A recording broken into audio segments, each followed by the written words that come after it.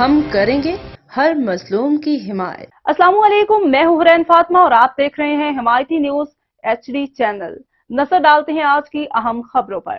خبر شامل کرتے ہیں کراچی سے SHO تھانہ سکھن کی منشیات اور ماوا فروشوں کے خلاف تابڑ توڑ کارروائیاں جاری۔ تفصیلات کے مطابق ضلع ملیر کے علاقے بھینس کالونی روڈ نمبر 6 پر واقع کیبن پر تھانہ سکھن پولیس کا چھاپا ماوے سمیت ایک شخص گرفتار۔ SHO زبیر نواز کا کہنا ہے، ہم کسی بھی جرائم پیشہ افراد کو پکڑتے ہیں، ان کے ہواری اور ان کے چاہنے والے تھانے کے گیٹ کا گھیراؤ کر لیتے ہیں۔